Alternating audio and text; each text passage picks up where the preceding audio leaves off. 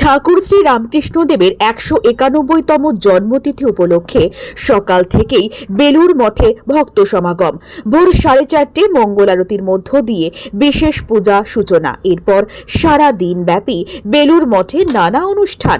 মূল মন্দিরের ডান দিকে অস্থায়ী মঞ্চে সকাল থেকেই ভক্তিগীতি, স্তব গান, বেদপাঠ, ধর্মসভা ইত্যাদি অনুষ্ঠানের আয়োজন করা হয়েছে। ঠাকুরের জন্মতিথি উপলক্ষে আজ বেলুর মঠে আগত ভক্ত ও দর্শনার্থীদের জন্য বিশেষ প্রসাদেরও ব্যবস্থা রয়েছে।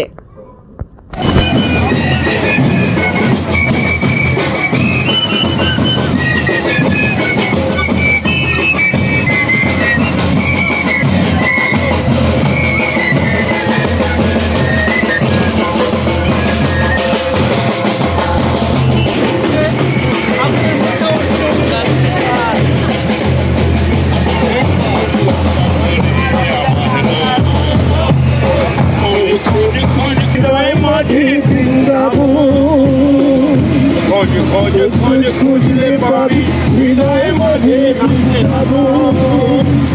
তুমি বলে শুন শুন